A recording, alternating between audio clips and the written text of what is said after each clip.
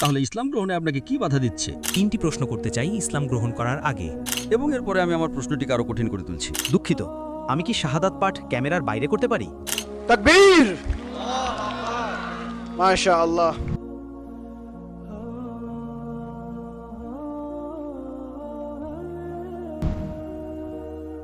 আমি বি পদোজ্জাজরণ বিশ্ববিদ্যালয়ের একজন ছাত্র। আমার কাছে কমিটির অনুমতি আছে এবং আমি 3টি প্রশ্ন করতে চাই ইসলাম গ্রহণ করার আগে।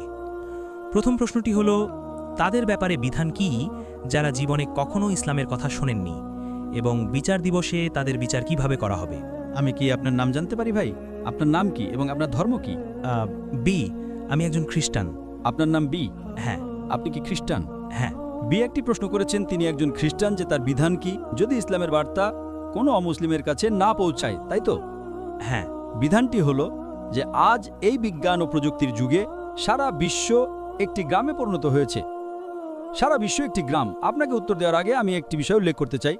আমাদের প্রিয় নবী মুহাম্মদ সাল্লাল্লাহু আলাইহি সাল্লাম বলেছেন যে প্রত্যেক শিশু দিন আল ফিতরের উপর জন্মগ্রহণ করে। সে একটি সহজাত ধর্মের উপর জন্মগ্রহণ করে, মুসলিম হিসেবে জন্মগ্রহণ করে। পরবর্তীতে সে তার বাবা মা, শিক্ষক এবং বন্ধুদের দ্বারা প্রভাবিত হয়ে মূর্তি পূজা, অগ্নি পূজা শুরু করে এবং সে পরিবর্তিত হয়ে যায়। দুটি গবেষণা করা হয়েছিল কাপাকুকু উপজাতি এবং অস্ট্রেলিয়ান আদিবাসীদের মধ্যে। এই গবেষণাটি করা হয়েছিল 1950 সালে। সেই সময়ে এই মানুষগুলো আধুনিক সভ্যতার স্পর্শে আসেনি।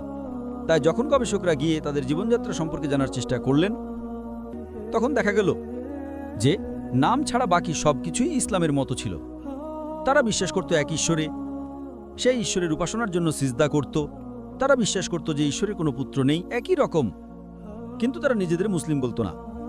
সুতরাং যদি কোনো বাহ্যিক প্রভাব না পড়ে কোনো মানুষের উপর জন্মের পর, তবে সে সেই সহজাত প্রকৃতির উপরই থাকে, যাকে দিন আল ফিতর বা ইসলাম বলা হয়। এখন আপনার প্রশ্নে আসা যাক, যদি ইসলামের বার্তা কোনো মানুষের কাছে না পৌঁছায় তবে কি হবে? হ্যাঁ, যদি ইসলামের বার্তা না পৌঁছায় তবে আল্লাহ কোরআনে বলেছেন, সূরা ফুসসিলাতের সূরা নম্বর 41 অধ্যায় নম্বর 53 নম্বর আয়াতে, সানুরিহিম আয়াতিনা ফিল আফাকি ওয়া ফি আনফুসিহিম হাত্তা ইয়াতাবায়্যানা লাউ আন্নাহুল হক। অচিরেই আমি তাদের আমার নিদর্শনসমূহ দেখাবো দূরতম দিগন্তে এবং তাদের নিজেদের মধ্যেও, যতক্ষণ না তাদের কাছে স্পষ্ট হয়ে যায় যে এটাই সত্য। এখানে আল্লাহ নিজের উপরই দায়িত্ব নিচ্ছেন যে তিনি ব্যক্তিগতভাবে প্রত্যেক মানুষের কাছে এই বার্তা পৌঁছে দেবেন। প্রথমত, আমাদের প্রিয় নবী মুহাম্মদ সাল্লাল্লাহু আলাইহি সাল্লাম বলেছেন যে তার উপর থেকে কলম তুলে নেওয়া হয় যদি কোনো ব্যক্তি প্রাপ্তবয়স্ক না হয়। যদি কোনো ব্যক্তি ছোট শিশু হয়, 4 বছর, 5 বছর, 6 বছর বয়সী, এবং তার কিছু হয়ে যায়, তবে সে দায়ী নয়, কারণ সে নিষ্পাপ। কেবল প্রাপ্তবয়স্ক হওয়ার পরেই আপনি আপনার কাজের জন্য দায়ী। তাই যে কেউ শিশু, যদি সে 5 বছর, 6 বছর, 7 বছর বয়সী ছোট শিশু হয়, প্রাপ্তবয়স্ক হওয়ার আগেই যদি সে মারা যায়, তবে সে জান্নাতে যাবে। আচ্ছা, এখানে দুটি মত। একটি মত হলো যে সে জান্নাতে যাবে কারণ সে তার কাজের জন্য দায়ী নয়। আরেকটি মত বলে না না, বিচার দিবসে তাকে পরীক্ষা করা হবে এবং তার উত্তরের উপর ভিত্তি করে সে জাহান্নাম বা জান্নাতে যাবে। কিন্তু আমি প্রথম মতটিতে বিশ্বাস করি, যেহেতু সে নিষ্পাপ তাই সে জান্নাতে যাবে। এখন আপনার প্রশ্ন, যদি কোনো ব্যক্তি ইসলাম সম্পর্কে কখনো না শুনে থাকে তবে কি হবে? আজ এই বিশ্বে যা একটি গ্রামে পরিণত হয়েছে, এমন একজন মানুষ খুঁজে পাওয়া কঠিন যে ইসলামের কথা শুনেনি। স্যাটেলাইট চ্যানেল আছে, সামাজিক যোগাযোগ মাধ্যম আছে, ইন্টারনেট আছে। হ্যাঁ, সে হয়তো কম শুনে থাকতে পারে, কিন্তু এটা বলা যে সে ইসলাম সম্পর্কে জানে না তা অত্যন্ত কঠিন। কিন্তু তর্কের খাতিরেও যদি আপনি বিশ্বের কোনো এক কোনায় বা কোনো দ্বীপে এমন একজন মানুষ খুঁজে পান, তাহলে সেখানে আল্লাহ বলেছেন সূরা ফুসসিলাতে সূরা 41 অধ্যায় নম্বর 53 নম্বর আয়াতে যে আল্লাহ সরাসরি তার কাছে বার্তা পৌঁছে দেবেন। তাই একবার আল্লাহ বার্তা পৌঁছে দেওয়ার পর বিচার দিবসে সে এই অভিযোগ করতে পারবে না যে আমি বার্তা পাইনি। কিন্তু বার্তা পাওয়ার পর সে হয়তো তা গ্রহণ করতে চাইবে না, কারণ ও আমার বাবা কি বলবেন, মা কি বলবেন, ও আমার তো মদের একটা ভালো ব্যবসা আছে, যদি আমি ইসলাম গ্রহণ করি তাহলে আমাকে মদের ব্যবসা বন্ধ করতে হবে। এমন অনেক জাগতিক বিষয় থাকতে পারে যা তাকে বাধা দিতে পারে, যেমন আপনার আগের বোনটির ক্ষেত্রে হয়েছিল। সে একমত যে একজন ঈশ্বর আছেন, সে একমত যে ঈসা ঈশ্বর নন, সে একমত যে ঈসা ঈশ্বরের রাসূল, কিন্তু তবুও সে হয়তো ভাবছে আমার মা কি বলবেন, বাবা কি বলবেন, এমন অনেক কিছু। এমনকি সত্য জানার পরেও আমি আপনাকে প্রশ্ন করছি, বিচার দিবসে সে কি বলতে পারবে যে সে ইসলামের বার্তা পায়নি? সে কি তা বলতে পারবে ভাই? না। খুব ভালো, সে দায়ী থাকবে। সুতরাং বিচার দিবসে সে বলতে পারবে না আমি তো তাকে বার্তা দিয়েছি। ঠিক না ভুল? ঠিক। একইভাবে বিচার দিবসে আল্লাহ সুবহানাহু ওয়া তাআলা নিজে প্রত্যেক মানুষের কাছে বার্তা পৌঁছে দেন। سنريهم آياتنا في الآفاق وفي أنفسهم حتى يتبين لهم أنه الحق। আল্লাহ বলেন, অচিরেই তিনি তার নিদর্শনসমূহ দেখাবেন দূরতম দিগন্তে। এই নিদর্শনগুলো কি? সূর্য, চন্দ্র, নক্ষত্র, এই সবই আল্লাহর নিদর্শন। তিনি তাদের দূরতম দিগন্তে তার নিদর্শনসমূহ দেখাবেন যতক্ষণ না সে ব্যক্তি বিশ্বাস করে যে এটাই সত্য। সুতরাং কোরআনে বলা হয়েছে, বিচার দিবসে কোনো অমুসলিম বলবে না, হে ঈশ্বর, আপনি কেন আমার প্রতি অবিচার করছেন? কোনো অমুসলিম বলবে না, আপনি কেন আমাকে জাহান্নামে দিচ্ছেন? তারা শুধু বলবে, দয়া করে আমাদের একটি সুযোগ দিন। এবং আল্লাহ বলবেন, সুযোগ শেষ। আপনি বুঝতে পারছেন? জি স্যার। সুতরাং কোরআন বলে, বিচার দিবসে কোনো অমুসলিম আল্লাহর বিচারের প্রতি আপত্তি করবে না। আজ হয়তো কেউ বলতে পারে যে আমাকে কেউ বলেনি, বিচার দিবসে তারা আল্লাহর কাছে মিথ্যা বলতে পারবে না, ঠিক? হ্যাঁ। সুতরাং আল্লাহ নিজের উপর এই দায়িত্ব নেন যে যখন একজন ব্যক্তি প্রাপ্তবয়স্ক হয়, যখন সে সাবালক হয়, তার মৃত্যুর আগে আল্লাহ তাকে বার্তা পৌঁছে দেবেন। বার্তা পৌঁছে দেয়া আমাদের কাজ, ঠিক না ভুল? ঠিক। প্রত্যেক মুসলিমের কাজ। আমরা আমাদের কাজ সঠিকভাবে করি বা না করি, আল্লাহ সরাসরি বার্তা পৌঁছে দেবেন। তাই আমি সেই সব পণ্ডিতদের মতামতে বিশ্বাস করি যে একজন অমুসলিম যদি সে ইসলাম গ্রহণ না করে, এমনকি যদি সে বার্তা নাও পেয়ে থাকে, তবুও আল্লাহ তাকে বার্তা দিয়েছেন এবং সে দায়ী থাকবে। কিছু পণ্ডিত বলেন, না, যদি সে বার্তা না পেয়ে থাকে তবে তাকে বিচার দিবসে বার্তা দেওয়া হবে এবং তার উত্তরের উপর ভিত্তি করে রায় দেওয়া হবে। আপনি বুঝতে পারছেন? জি। পণ্ডিতদের দুটি মত রয়েছে, কিন্তু আমি প্রথম দলের পণ্ডিতদের মতামতে বিশ্বাস করি যে আল্লাহ সরাসরি বার্তা পৌঁছে দেন। যদি শিশু হয় তবে সে সরাসরি জান্নাতে যাবে, যদি প্রাপ্তবয়স্ক হয় তবে সে বার্তা পেয়েছে এবং সে দায়ী থাকবে। আশা করি উত্তরটি পেয়েছেন। ভাই, আপনি কি ইসলামের বার্তা পেয়েছেন নাকি পাননি? হ্যাঁ। আপনি কি এক ঈশ্বরে বিশ্বাস করেন? হ্যাঁ। আপনি কি বিশ্বাস করেন যে ঈসা তিনি একজন রাসূল নাকি তিনি একজন ঈশ্বর? একজন রাসূল। মাশাআল্লাহ। তাহলে ভাই, আমি আপনাকে প্রশ্ন করছি, ইসলাম গ্রহণে আপনাকে কি বাধা দিচ্ছে? আমি কি দ্বিতীয় এবং তৃতীয় প্রশ্নটি আগে করতে পারি? অবশ্যই, আপনি দ্বিতীয় প্রশ্ন করুন। দ্বিতীয় প্রশ্ন হলো, আল্লাহ কেন শুধুমাত্র কোরআন অবতীর্ণ করেছেন এবং তা সংরক্ষণের প্রতিশ্রুতি দিয়েছেন 1400 বছর আগে, আর আল্লাহ কেন পূর্ববর্তী সময়ে আল্লাহর পক্ষ থেকে অবতীর্ণ ধর্মীয় শিক্ষাগুলো সংরক্ষণ করেননি? ধন্যবাদ। ভাই, একটা খুব ভালো প্রশ্ন করেছেন, খুবই যৌক্তিক প্রশ্ন। তিনি জিজ্ঞাসা করছেন আল্লাহ কেন কোরআন অবতীর্ণ করলেন 1400 বছর আগে। তার তো এটি প্রথমেই অবতীর্ণ করা উচিত ছিল। যদি তিনি প্রথম দিন থেকে শুধু কোরআন অবতীর্ণ করতেন তাহলে তো আমাদের এই সমস্ত ধর্ম থাকতো না, তাই না? যদি তিনি প্রথমেই কোরআন অবতীর্ণ করতেন তাহলে কেন তাওরাত, ইনজিল, জাবুর? সরাসরি কোরআন কেন নয়? এটি তার প্রশ্নের একটা অংশ। দ্বিতীয় অংশ হলো, তিনি কেন পূর্ববর্তী ধর্মগ্রন্থগুলো সংরক্ষণ করেননি, তাই তো? হ্যাঁ। দুটি প্রশ্ন। আমি আমার প্রশ্নটিকে আরো কঠিন করে তুলছি, ঠিক আছে? আচ্ছা। আমি বলছি যে কেন, যদি তিনি চান তিনি তো প্রথমেই কোরআন অবতীর্ণ করতে পারতেন, তাই না? তাহলে তো কোনো সমস্যাই থাকতো না। এবং তিনি কেন আগের ধর্মগ্রন্থ সংরক্ষণ করেননি? মূল প্রশ্ন হলো, আল্লাহ কেন সংরক্ষণ করেননি পূর্ববর্তী ধর্মগ্রন্থগুলো? এবং এরপরে আমি আমার প্রশ্নটিকে আরো কঠিন করে তুলছি। প্রথমত, পূর্ববর্তী যত ধর্মগ্রন্থ এসেছে আল্লাহ কোরআনে বলেছেন সূরা রাদের 13 নম্বর অধ্যায়ের 38 নম্বর আয়াতে, ولكل أجل كتاب। এর মানে হলো প্রত্যেক যুগে আল্লাহ একটি গ্রন্থ পাঠিয়েছেন। নামেই কেবল কোরআনে 4টির কথা উল্লেখ আছে, তাওরাত, জাবুর, ইনজিল এবং কোরআন। তাওরাত সেই ওহী, সেই বাণী যা মুসা আলাইহিস সালামকে দেওয়া হয়েছিল। জাবুর সেই ওহী, সেই বাণী যা দাউদ আলাইহিস সালামকে দেওয়া হয়েছিল। এবং ইনজিল হলো সেই ওহী, সেই বাণী যা ঈসা আলাইহিস সালামকে দেওয়া হয়েছিল। এবং কোরআন হলো শেষ এবং চূড়ান্ত বাণী যা শেষ এবং চূড়ান্ত নবী হযরত মুহাম্মদ সাল্লাল্লাহু আলাইহি ওয়াসাল্লামের। নামে কেবল 4টির কথা উল্লেখ আছে, কিন্তু আরও অনেক ঐশী বাণী রয়েছে, যেমন সুহুফে ইব্রাহিম, অনেক অনেক। কিন্তু কোরআনের আগে যত ঐশী বাণী এসেছে সেগুলো কেবল একটা নির্দিষ্ট সময়ের জন্য এবং অনুসরণীয় ছিল একটা নির্দিষ্ট জনগোষ্ঠীর জন্য।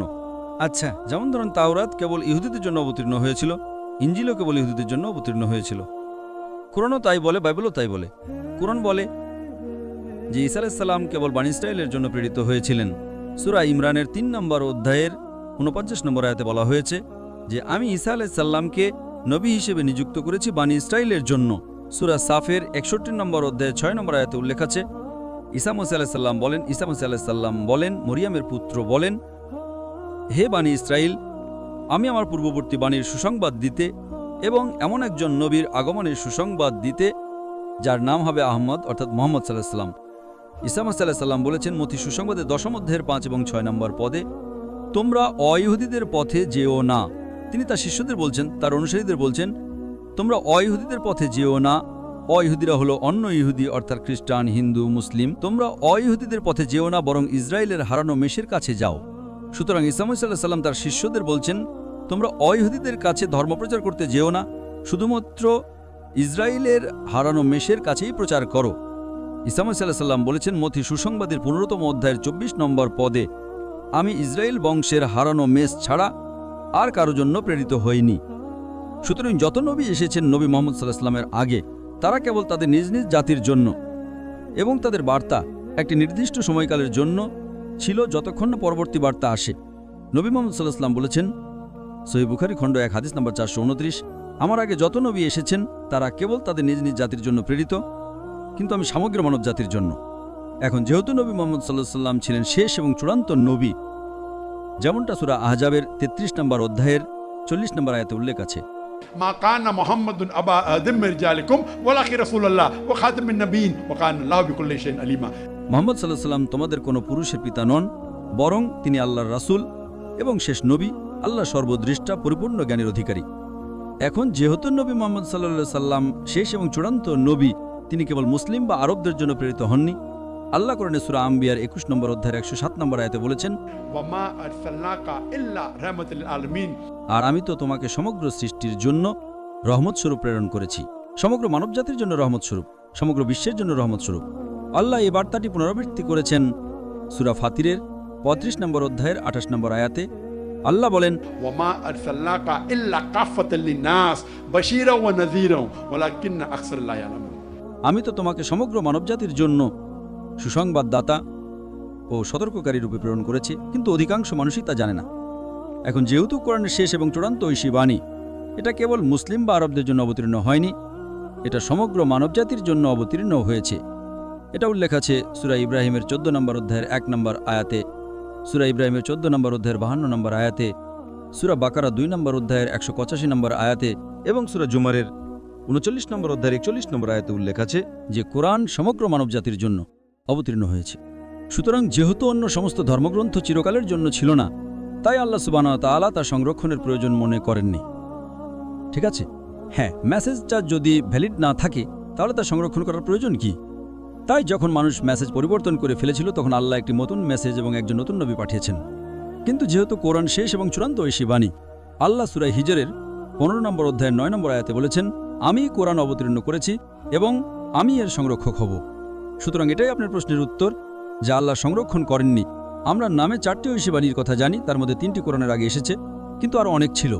কিন্তু যেহেতু সীমাবদ্ধ ছিল এবং বার্তাটি চিরকালের জন্য ছিল না, তাই আল্লাহ তা উপযুক্ত মনে করেননি।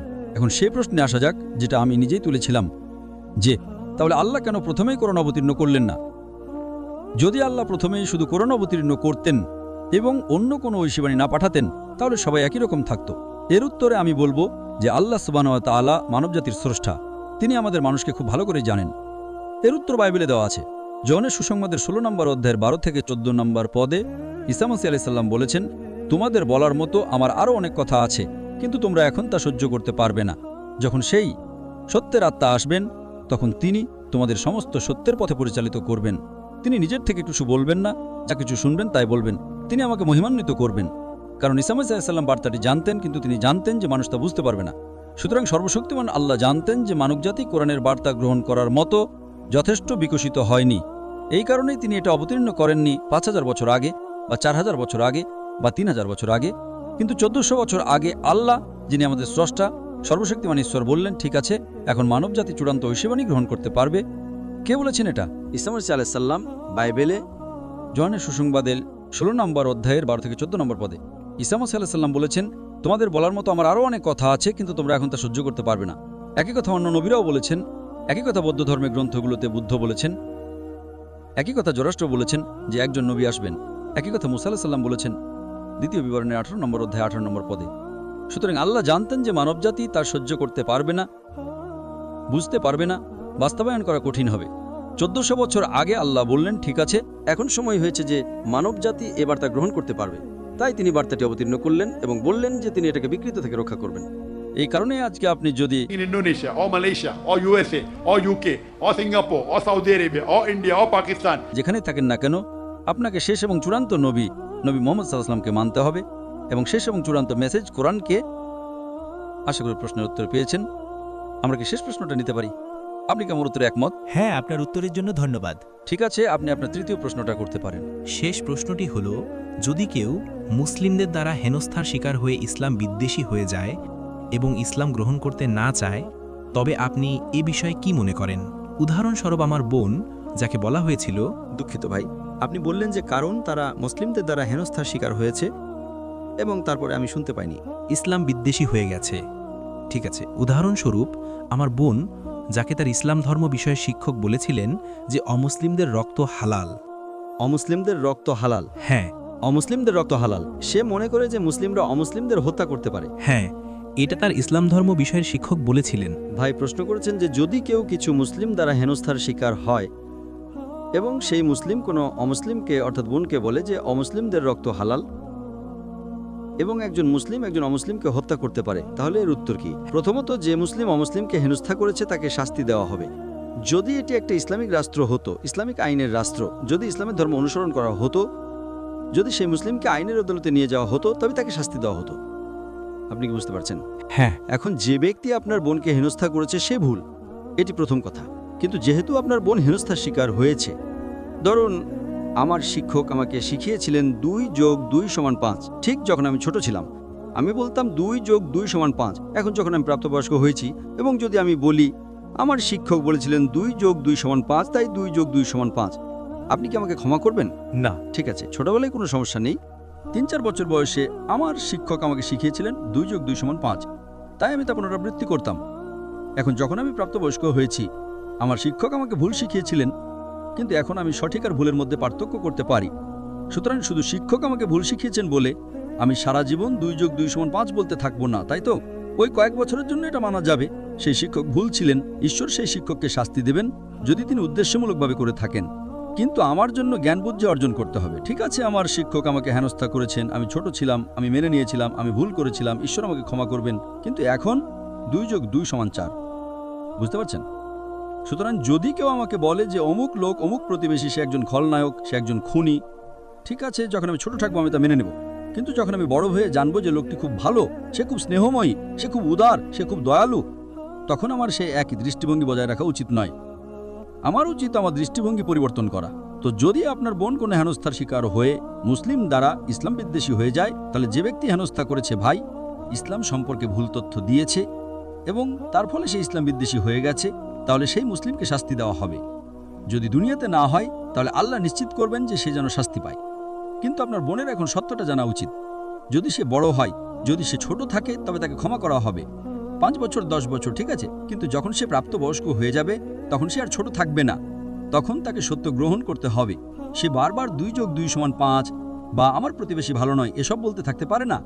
যদি আপনার প্রতিবেশী ভালো হয়, তবে সে ভালোই। আপনি কি বুঝতে পারছেন?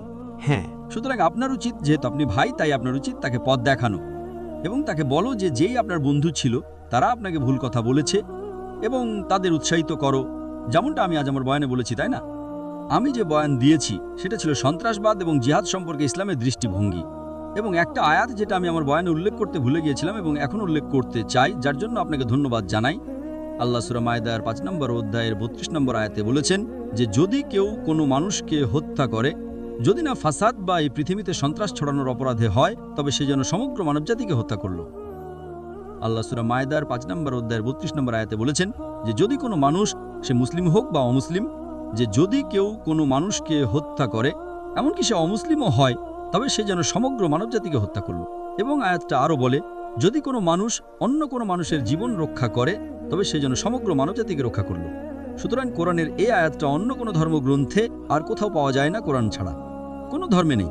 এটা প্রমাণ করার জন্য যথেষ্ট যে ইসলাম সন্ত্রাসবাদের বিরুদ্ধে, এবং এটা আপনার বোনের ভুল ধারণা অর্থাৎ ইসলাম ভীতিও দূর করবে যে তাকে ভুল কিছু বলা হয়েছিল। কোরআন একটা অখণ্ডনীয় প্রমাণ যা বলে যে অমুসলিমদের রক্ত হালাল। এই কথাটা একটা বানানো কথা। হ্যাঁ, যদি অমুসলিম আপনাকে আক্রমণ করতে আসে, তখন আপনি আত্মরক্ষা করতে পারেন, কোনো সমস্যা নেই। যদি তা যুদ্ধক্ষেত্রে হয়, তাহলে বিষয়টা ভিন্ন। যদি কোনো সামরিক অভিযান চলে, কিন্তু সাধারণভাবে একথা বলা সম্পূর্ণ ভুল। এটি সূরা মায়েদার 5 নম্বর অধ্যায়ের 32 নম্বর আয়াতের পরিপন্থী। আশা করি এটি উত্তর পেয়েছেন। ধন্যবাদ ভাই। এখন আমার প্রশ্নে ফিরে আসি। আপনি বললেন আপনি এক ঈশ্বরে বিশ্বাস করেন। হ্যাঁ। আপনি বললেন আপনি বিশ্বাস করেন যে ঈসা ঈশ্বরের নবী।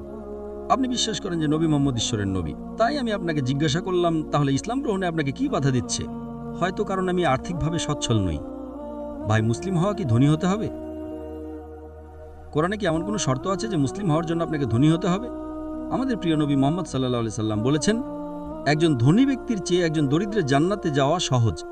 আপনি কি তা জানেন? হ্যাঁ, আমাদের প্রিয় নবী মোহাম্মদ সাল্লাল্লাহু আলাইহি সাল্লাম বলেছেন, একজন ধনীর চেয়ে দরিদ্রের জান্নাতে যাওয়া সহজ। এর মানে এই যে যদি আপনি দরিদ্র হন তাহলে আপনার জীবন, আপনার পরীক্ষা সহজ হবে। আমি আপনাকে কিছু উদাহরণ দিচ্ছি। যদি আপনি ধনী হন তাহলে আল্লাহ কোরআন এবং বিভিন্ন হাদিসে বলেছেন যে আপনাকে জাকাত দিতে হবে। অর্থাৎ প্রত্যেক ধনী মুসলিম যার নিসাব পরিমাণ অর্থাৎ 85 গ্রাম স্বর্ণের চেয়ে বেশি সঞ্চয় আছে, তাকে প্রতি চান্দ্র বছরে সেই সঞ্চয়ে 2.5% দান করতে হবে। যদি না দেন তাহলে এটা বিশাল বড় পাপ। কিন্তু দরিদ্র ব্যক্তির যার কোনো সঞ্চয় নেই তাকে কোনো দান করতে হয় না। সুতরাং জাকাতের ক্ষেত্রে সে 100-র মধ্যে 100 পায়। ধনীর জন্য যদি সে না দেয় তাহলে সে 100-র মধ্যে 0 পায়। হয়তো সে অর্ধেক দেবে, সঠিকভাবে দেবে না, তাই সে কম নম্বর পাবে। কিন্তু দরিদ্র ব্যক্তি যাকে কোনো জাকাত দিতে হয় না, সে 100-র মধ্যে 100 পায়। সুতরাং বিভিন্ন পরীক্ষা রয়েছে, এমনকি দরিদ্র ব্যক্তির জন্য পরীক্ষা রয়েছে, এমনকি ধনী ব্যক্তির জন্য পরীক্ষা রয়েছে। কিন্তু ধনী ব্যক্তির পরীক্ষাটি কঠিন। আর আমাদের প্রিয় নবী সাল্লাল্লাহু আলাইহি সাল্লাম, আপনি জানেন, তিনি বলেছেন যে আপনাকে দান করতে হবে। তো একজন সাহাবী জিজ্ঞাসা করলেন, ইয়া রাসূলুল্লাহ, আমরা কিভাবে দান করতে পারি? তিনি বলেন যে বাজারে যাও এবং আল্লাহর জিকির করো, আল্লাহর নাম নাও লা ইলাহা ইল্লাল্লাহ এবং পাঠ করো তালবিয়া। এটা বাজারে স্বর্ণ বিতরণ করার মতো। যদি আপনি বাজারে উচ্চ স্বরে আল্লাহর প্রশংসা করেন তাহলে আপনি একজন ধনী ব্যক্তির স্বর্ণ বিতরণের চেয়েও বেশি সওয়াব পাবেন। ভাই, আপনি কি কোনো ধনীকে স্বর্ণ বিতরণ করতে দেখেছেন? আপনি দেখেছেন? হ্যাঁ বা না? না। আমিও দেখিনি, আমি কখনো দেখিনি। এখানে আমাদের নবী বলছেন, একজন দরিদ্র ব্যক্তি যার কোনো সম্পদ নেই, যদি সে বাজারে আল্লাহর প্রশংসা করে এবং তালবিয়া পাঠ করে, আল্লাহু আকবার, লা ইলাহা ইল্লাল্লাহ, ওয়াল্লাহু আকবার ওয়ালিল্লাহিল হামদ।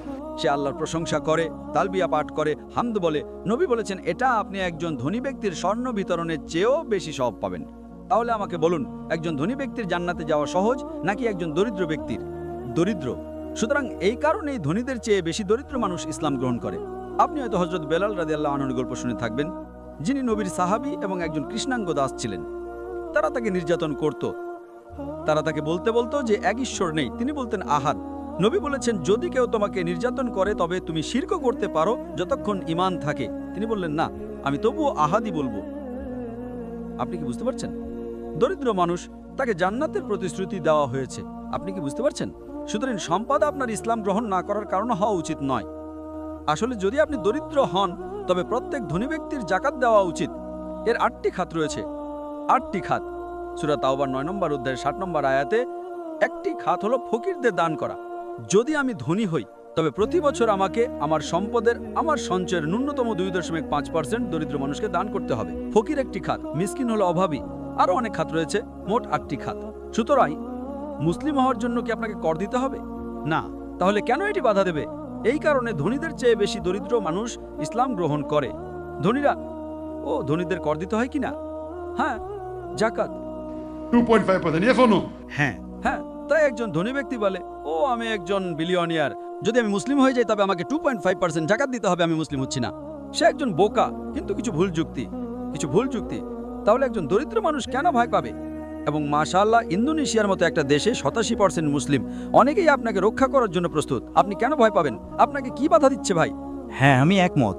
মাশাআল্লাহ ভাই, আমি আপনাকে ভালোবাসি। ধন্যবাদ। আমি আপনাকে ভালোবাসি এবং আমি চাই যে আপনি সরল পথে আসেন। তাহলে যদি আপনি একমত হন তবে কি আপনি শাহাদাত পাঠ করতে চান? দুঃখিত, আমি কি শাহাদাত পাঠ ক্যামেরার বাইরে করতে পারি? আপনি কি শাহাদাত পাঠ ক্যামেরার বাইরে করতে চাই। কোনো সমস্যা নেই। এটা ফরজ নয়, জনসম্মুখে বলা ফরজ নয়। ধন্যবাদ। আপনি যতক্ষণ আপনার হৃদয়ে আপনার এবং আল্লাহর মধ্যে এটা বলবেন ততক্ষণই যথেষ্ট। তাই আমি আপনাকে অভিনন্দন জানাই ভাই। এবং আমি বুঝতে পেরেছি যে আপনি করোনার জন্য মাস্ক পরেননি, হয়তো আপনি ছিলেন না, আপনি প্রকাশ করতে চাননি, এবং এটা পুরোপুরি ঠিক আছে। যদি আপনি আপনার পরিচয় গোপন করতে চান কারণ আপনার মনে হয় কেউ আপনার হানি করতে পারে ইত্যাদি, তবে এটা ইসলামে পুরোপুরি গ্রহণযোগ্য। আপনাকে জনসম্মুখে এটা বলতে হবে না। যতক্ষণ আপনি বার্তাটি পেয়েছেন, আমি খুশি যে আমি আপনাকে বার্তাটি পৌঁছে দিয়েছি। আল্লাহ ইনশাআল্লাহ আপনাকে আরও পথ দেখান। আল্লাহ আপনাকে এই দুনিয়ায় সর্বোচ্চ প্রতিদান দেন। আল্লাহ আপনাকে জান্নাত দান করুন এবং আল্লাহ আপনাকে অন্যদের কাছে আসতে সাহায্য করুন। আপনি যেন অন্যদের ইসলামের কাছে আসতে সাহায্য করতে পারেন। যদি আপনি বয়ানের পরে গ্রিন রুমে আমার সাথে দেখা করতে চান তবে আপনাকে স্বাগতম। এমনকি যদি আপনি আমার সাথে দেখা করতে না চান, কোনো সমস্যা নেই। মুসলিম হওয়ার জন্য ডক্টর জাকির নায়েকের সাথে দেখা করাও জরুরি নয়। যতক্ষণ আপনি গ্রহণ করেছেন, আল্লাহ আপনাকে পুরস্কৃত করুন। ধন্যবাদ ভাই। तकबीर, माशा अल्लाह।